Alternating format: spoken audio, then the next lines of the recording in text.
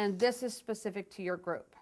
Okay? This just says this is the most it could be, but the blue and this is what your world would be. Okay? Other questions? Yes. So if I'm over 55, I can only put in a grand, and if I'm under 55? No. If you're over 55, that's a good point. Thank you. I forgot to mention that. If you're over 55, you have what's called a catch-up opportunity. So you can do this next year. You would be the 6550 plus 1,000. So you could do 7,550. Okay. Other questions? Okay. Dawson is going to talk about health reimbursement accounts.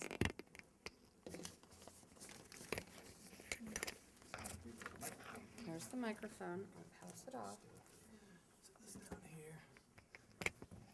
It's probably, I mean, I think I last year mentioned this same thing. It's probably first important. I don't want to waste anybody's time. So the HRA, again, as Peg mentioned, is really for folks who are either currently opting out, so you maybe already have your HRA set up, or for those of you who have other coverage through your spouse, for example, and are maybe considering it, or you've thought about it, but you've never made that step to opt out and just stay on your spouse's plan.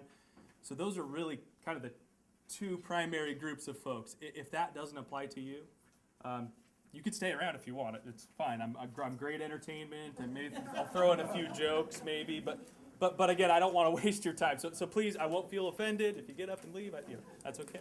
What's the protocol for getting specific questions answered on specific Oh, specific stuff like to your act. Do you have an HRA currently? Is that what you're talking about? No, I mean in general. To get some answers that are specific to our Oh, just to your insurance questions? Oh, boy, that's a great question for Sharon, probably. You'd either have to talk to, Sharon, or maybe you'd have to, I won't be doing the insurance piece, just the HRA piece. Hello? Am I coming through okay? All right.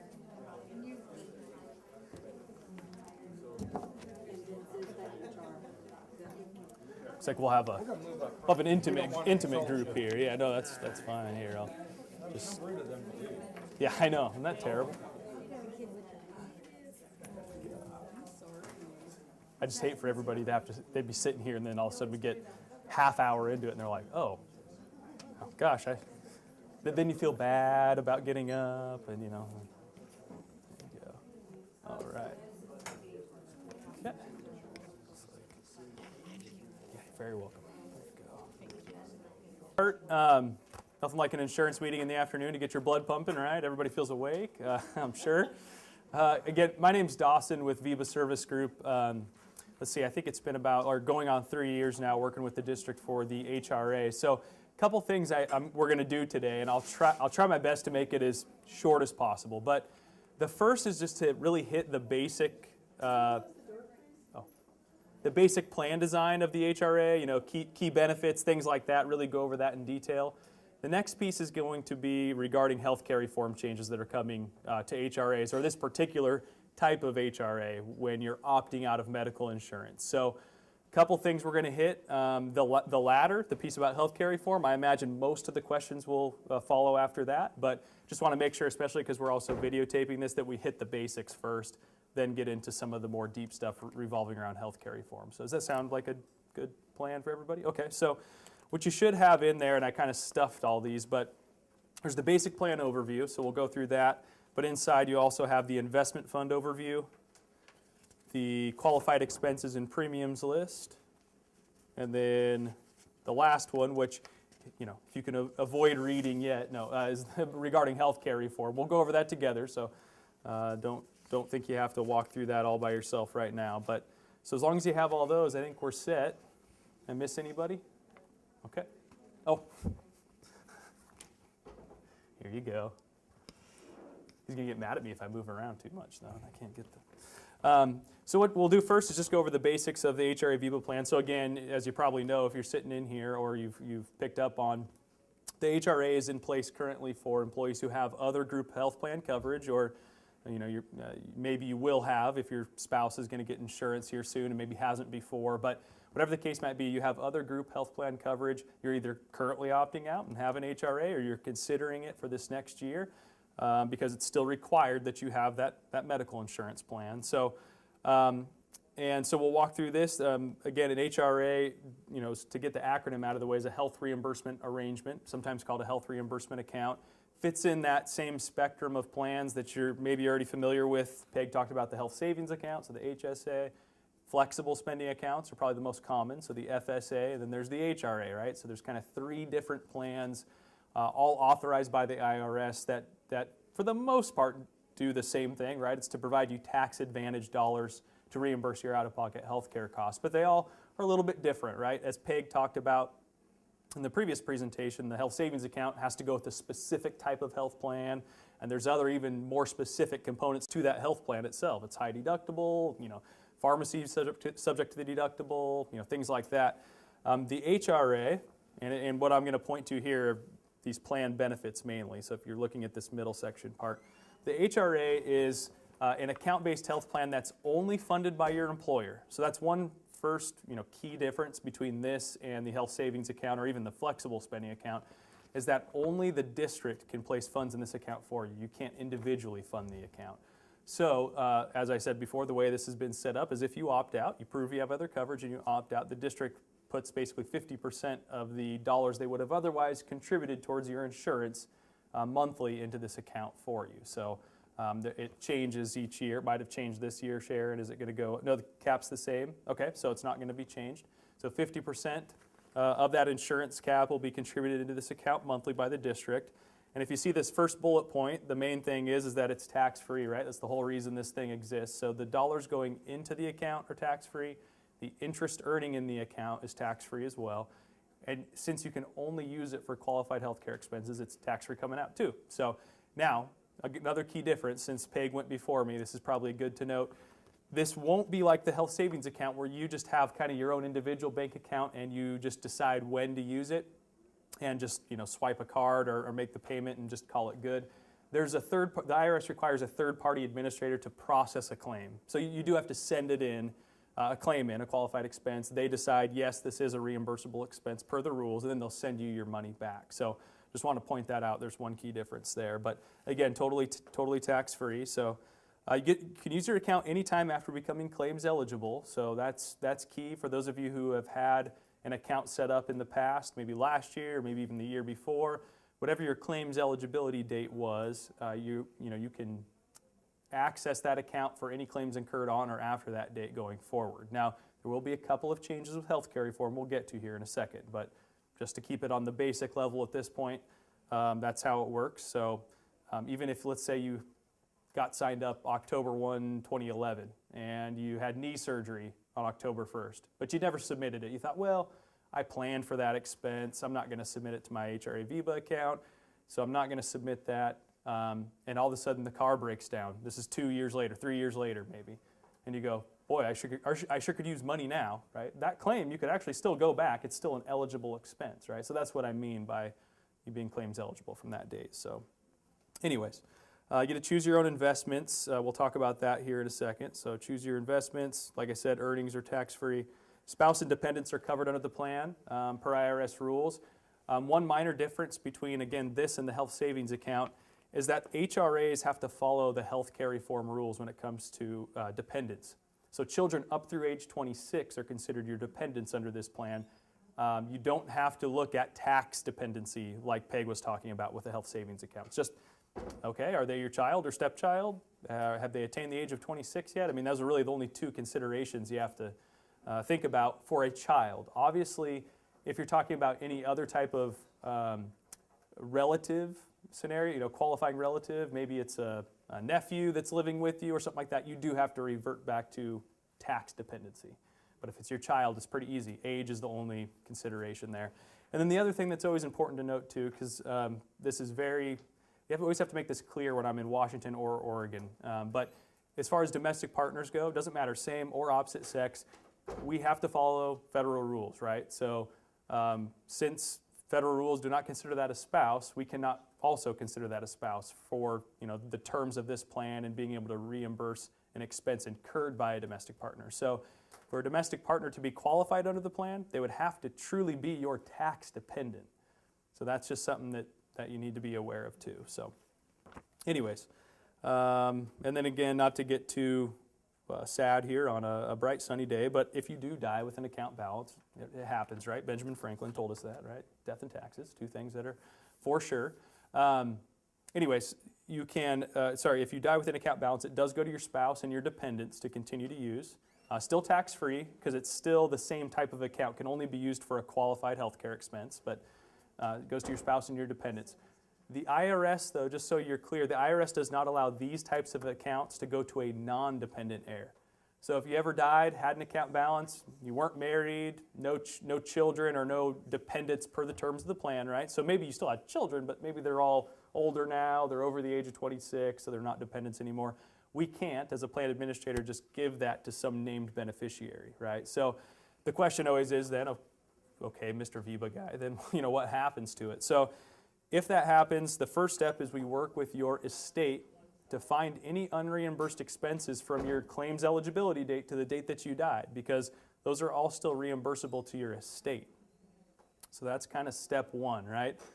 Oftentimes, more often than not, that clears out the account, because as you probably know, healthcare expenses are such that usually it's pretty easy to get the dollars out, right? Especially end-of-life things. There's usually enough claims coming in that we can exhaust the account to your estate. But let's just say, for the sake of conversation, you'd built up a nice account. There weren't really that many expenses at, to the end, and we couldn't get it all out. Whatever's remaining in that account will be equally redistributed to the Lincoln County School District participants who have a VBA, HRA VBA account. They'll kind of get an equal share of your leftover funds. So, it's kind of a strange deal, but again, the IRS doesn't allow us to give it to your non-dependent heir, so it has to go somewhere, and I guess it might as well go back into the district's plan, the employees in the district's plan. So I just wanted to make sure you're aware of that. But let's see. Unused account balances carry forward from year to year. So similar to the health savings account, right? You don't have to worry about a use it or lose it rule. It'll just keep carrying forward year to year. And you can accumulate your funds to use even in retirement. So one of the big pieces about an HRA is that you can use it for any pre-65 health care premiums. So medical, dental, vision premiums before age 65 if you left service or retired before 65. And then even after you're Medicare eligible, right? Because Part A, at least currently, you get for free, right? Nothing's free, I guess, but in a sense, right? It doesn't cost you anything out of your Social Security check. But Part B, Part D, any supplement plans that you decide to purchase all have a premium. You can use it to reimburse those too. So it has a really nice retirement benefit built in there as well, which, as you know, is quite expensive. Yeah, expensive. Yeah. Somebody was saying, I thought I was talking about before, can you use the HRA money to pay your insurance premiums if you were to retire from the district and let's say the district wasn't covering your insurance? Yep. Use that? You hit the nail on the head. So the question was, can you use it to pay for your premiums in retirement when nobody else is paying for it? That's exactly what I was saying. Okay. Perfect way to state it. Yep. As soon as you separate or retire and you have there's no other means to pay for that cost other than out of your own pocket after tax, which is mostly the case, unless, some employers still have, some groups maybe qualify for a retiree benefit there, but then you can use your account to reimburse those costs. Exactly. Yep. And you can even set it up so it does it automatically. So you just tell your account, you submit the paperwork, and you say, I want to be reimbursed on the first of every month, and it costs me $1,000 a month. And then your account will just keep sending you a $1,000 check every month until the premium changes. So we would pay it, but then you file a claim and you get reimbursed for your... Exactly, yeah. Okay. Yeah, but that systematic option's nice because then you don't have to send it in every month. You just set it up once and then it just keeps generating a check. So it's a pretty nice benefit. Honestly, that's the primary reason this plan even came into existence back in the 1990 was to address that post-employment cost. But so that's kind of the basic plan benefits. As we get in a little bit here to more of the nitty-gritty, if you open up on the inside here, there's a couple of notes in here that are important about coordination with HSAs and Medicare. For now, unless you have specific questions on those topics, we'll probably leave that alone, but we can come back to it if you want. But probably the next most important pieces to touch on are investments and how to use your account, of course. So as far as investments go, and that is why I gave you that investment fund overview. Looks like that there. So those come out quarterly. So that's as of March 31st. A new one will come out at the end of this month. But anyway, so you have basically two options in the plan. You can do it yourself. There's 7 different individual mutual funds that you can mix and match yourself, right? If you want to do that or work with your investment advisor to build a portfolio, it's totally up to you. So do it yourself, option A. Option B, if you look down here at these 4 premix portfolios, those are, kind of professionally built, managed portfolios. They're made up of these other 7 individual funds up here, just different components of each. And basically, you're just selecting the one that best suits your needs, right? What's your risk tolerance? When do you plan on filing claims, and how often? The general, again, rule of thumb, and I am not an investment advisor, so this is not advice by any means, but the general rule of thumb, right, is if I'm looking at long-term savings, right, I'm looking to stash that money away for retirement, then, and I have a lot of time in front of me, right? Maybe I've got 30 years till I retire. I'm only 30 years old, pretty new in my career.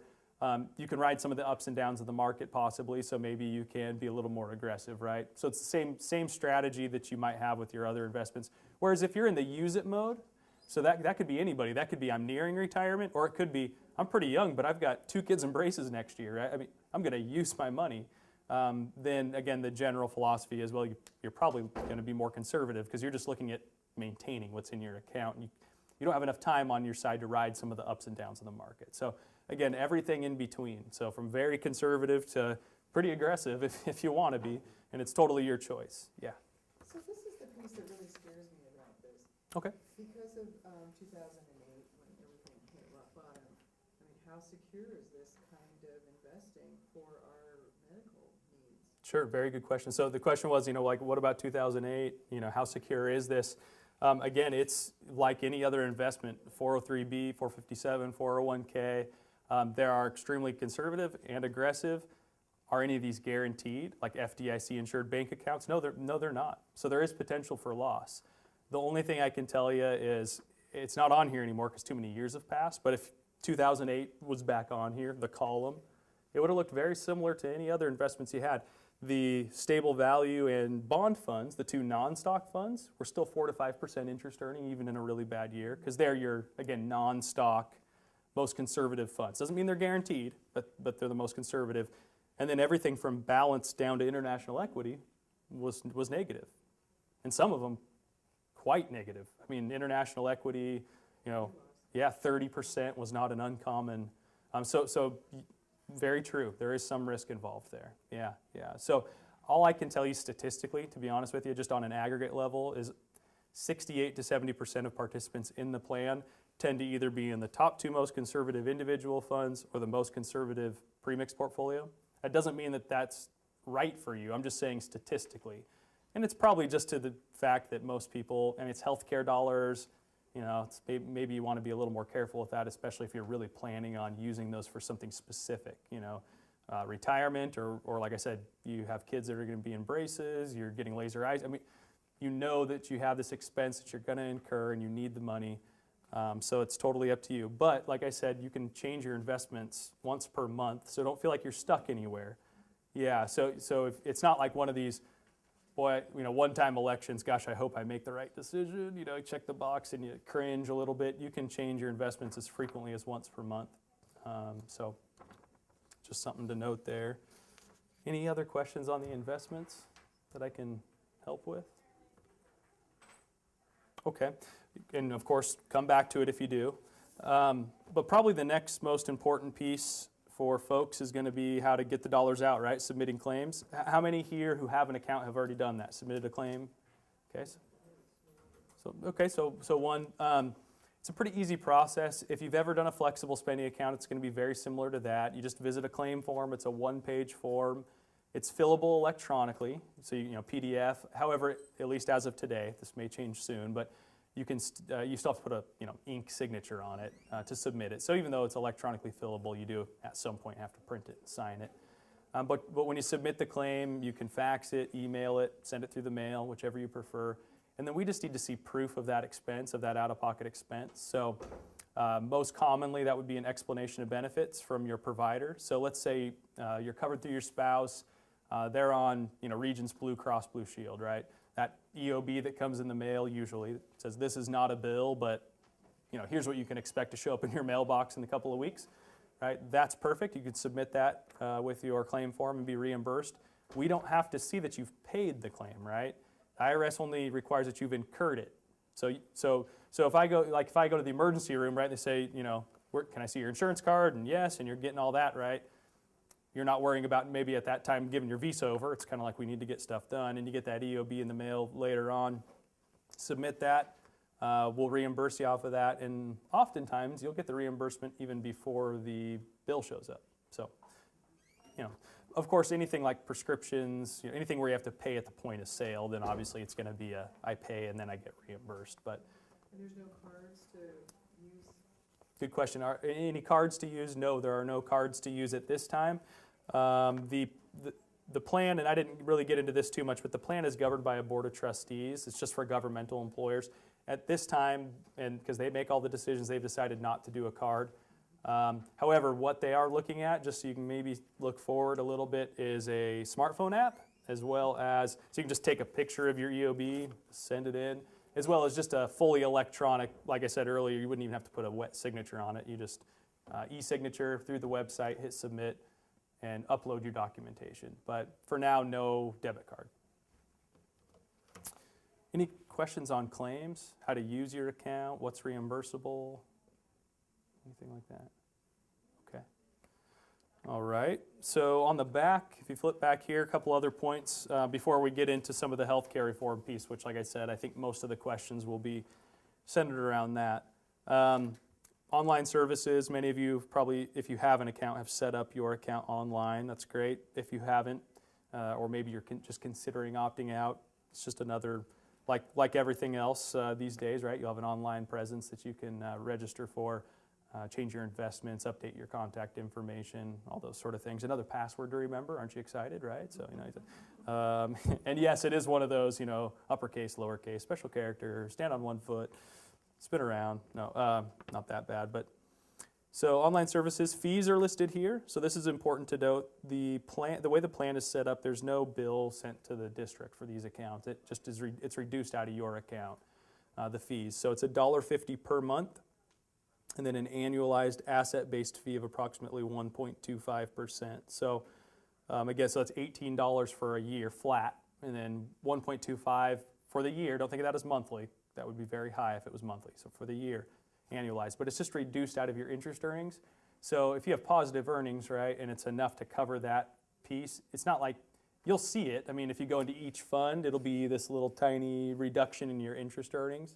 But if you have positive earnings, I mean, you'll still be seeing positive earnings to your account. But if you do have, flat earnings or negative earnings, it'll still come out though. So it'll still come out of your principal. So just want to make sure that's something that you know.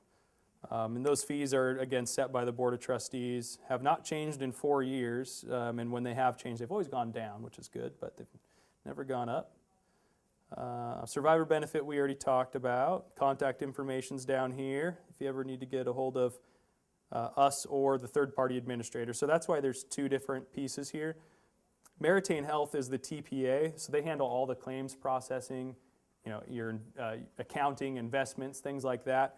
VIBA Service Group, the company I work for, we work directly for the Board of Trustees and with your employer on setting up the plan and enrollment and education. So most of the time you'll be calling Meritain, most of the time, but feel free to give us a call too if you have just general plan questions or you need real technical guidance, things like that. We can help you out there. So any questions on the basic plan overview before we jump into healthcare reform? Okay, sorry if it was too fast. I hope it's not, but I know we have some limited time here. So moving on to the really fun stuff. So there's a one-pager in there. At the top you can see it says changes to medical opt-out and HRA VIBA. So little background here if I can, and I'll try to make it as simple as possible. But Healthcare reform, if you've followed it even just a little bit, you probably know this, but healthcare reform has changed a lot of things in the health insurance world. One of those things is it has done away with lifetime and annual limits on benefits for your insurance plans, right? So you might remember previously, old world, you'd enroll in your medical plan and usually there was a we're not paying anymore level, right? If you hit this much for the year, the rest is on you, or a lifetime maximum, right? So then maybe that would have been $1 million or whatever. So for example, let's say you got cancer and it was, you had lots of treatments, very expensive. Over time, if you're on the same plan, same provider, right, they might have had a lifetime maximum where they cut you off. Whoop, that's it. The rest is on you. So healthcare reform did away with that. It's a pretty nice patient protection. I think most people would agree that that's pretty good protection for the most part. But one of the things that collateral damage, maybe you'd call it. I don't know if you want to call it that exactly, but HRAs, since HRAs are defined as health plans, fall underneath that rule, meaning, right, that if that rule applies across the board to insurance plans, HRAs, we can't impose a limit on how much gets reimbursed out of your account, right? So for example, let's say you had $500 in your account and you got a $10,000 bill. If the rules applied, right, submit a $10,000 bill, somehow magically that has to get paid, right? Because we're not insurance, right? We're not collecting premium from all the healthy people to help pay those. So when healthcare reform was first implemented and HRAs were underneath that umbrella, they issued a waiver to HRAs, temporary, saying, until we study this a little further, this piece of healthcare reform doesn't apply to HRAs. So it's been going on like that for a couple of years. And the waiver was supposed to last through next year, so at least through September 30th of next year. And then it was kind of generally accepted amongst most benefits attorneys and things like that, that probably in the end, they're just going to exclude HRAs altogether from that provision of the law.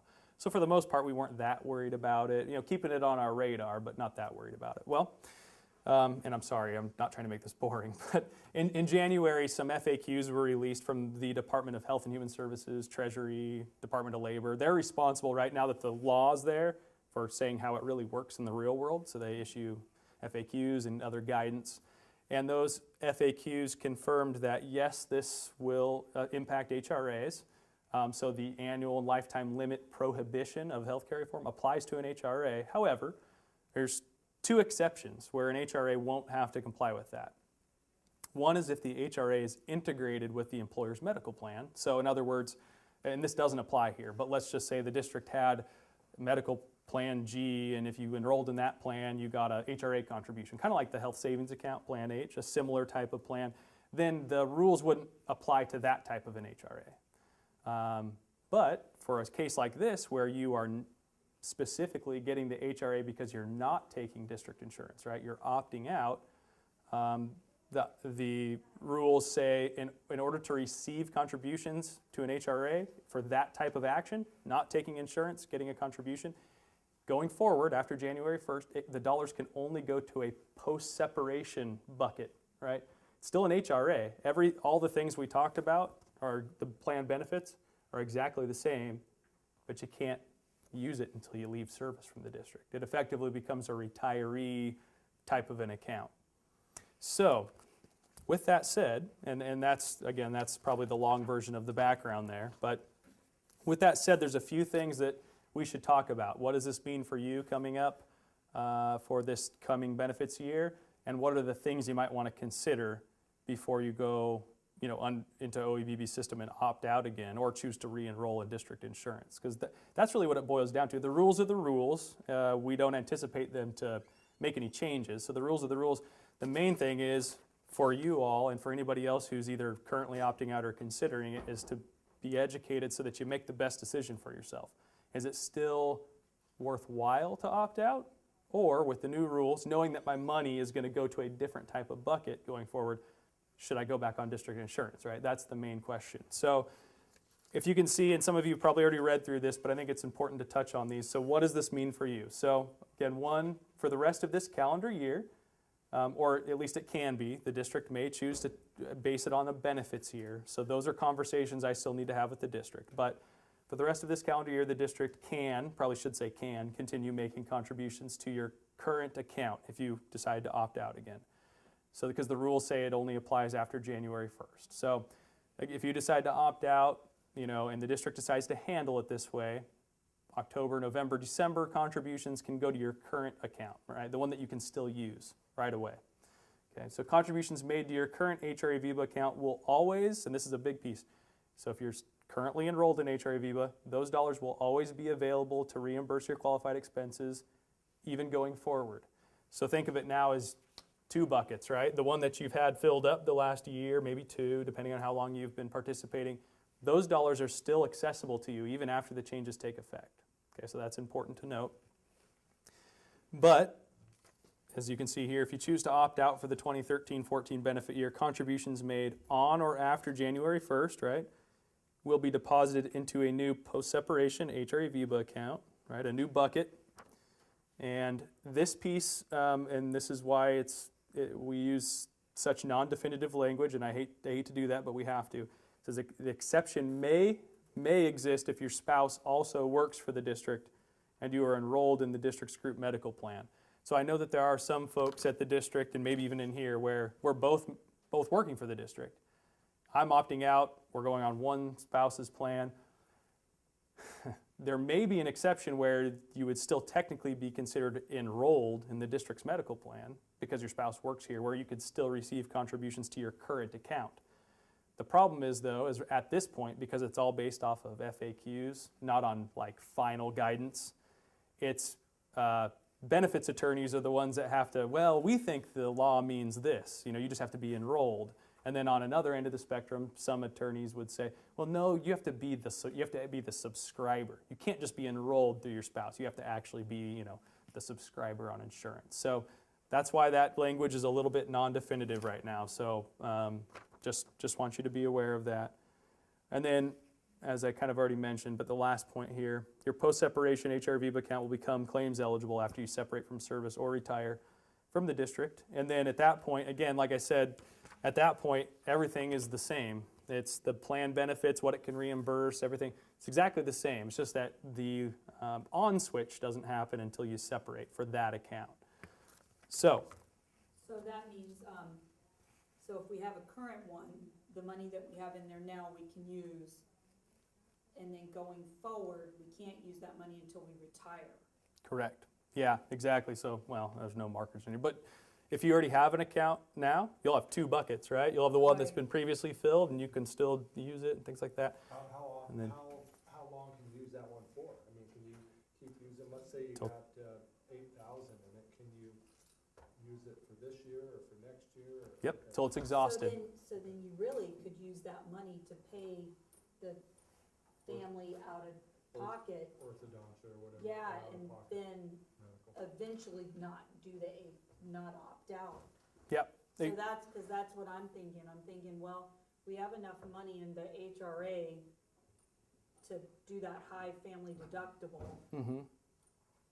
but maybe in another year we won't, so then we would not opt out that year. Yeah.